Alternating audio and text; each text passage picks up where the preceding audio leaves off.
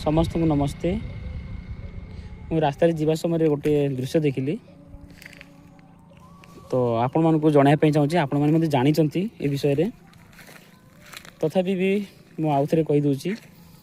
बर्तमान देखते ये जमी जो पाखे जाऊँगी आपड़ जमी जिते दूर पर्यटन अनै पारे सबुआड़े निआं लगे दिखाई कौन सी जगह खाली छड़ा जाए ना। आपण मैंने जदि भावुवे चाषी भाई को विशेष अनुरोध आपण मैंने जदि भावुवे ये जमी एमती निआं जड़े देवा द्वारा आपण जमीर उर्वरता वृद्धि पाइब तेबे ठीक अच्छी किंतु आपण केवल निजर कथा चिंता कले किंतु परिवेशर कथा टी चिंता कले ना। आपण ये जो निआं लगे द्वारा आमर वायुमंडल में तापमात्रा बहुत मात्रा वृद्धि पाई। वायुमंडल जो अंगारकाम्ल अच्छी से अंगारकाम्ल बहुत मात्रा वृद्धि पाऊँच। बर्तमान खरा दिन आसला आपण मैंने जानी कौन सी जगार बर्तमान आउ अवस्था ना तापमात्रा एत मात्रा वृद्धि पाऊँच ए क्या लाभ हो देखो आपड़ ये वीडियो माध्यम देखिपारे जिते दूर पर्यटन आप आखि पाँच से दूर पर्यटन देखु सबू जगार निआं लगे दिखाई।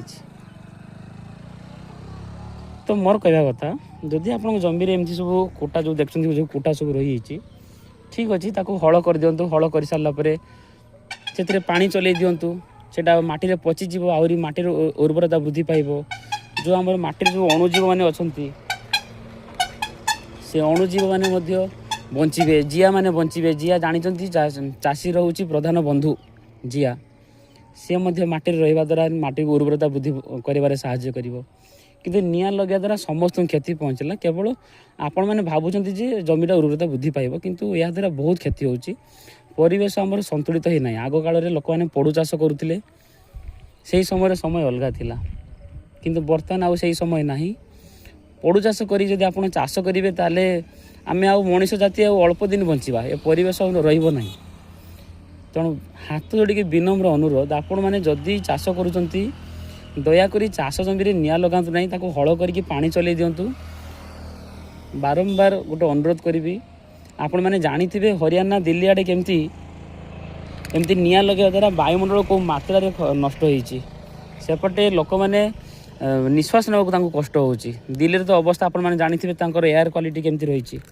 तो आमर ओडिशार तो सेमती है ना एत पर्यंत किसी जगार किंतु आपण आकु नष्ट करूँ ना। चाषी भाई को विशेष अनुरोध टिके चाष करिया समय परिवेश कथा भी भावतु कारण आपण मैंने हेले आमर देशर अन्नदाता।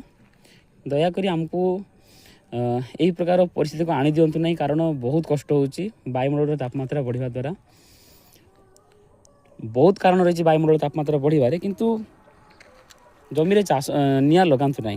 धन्यवाद।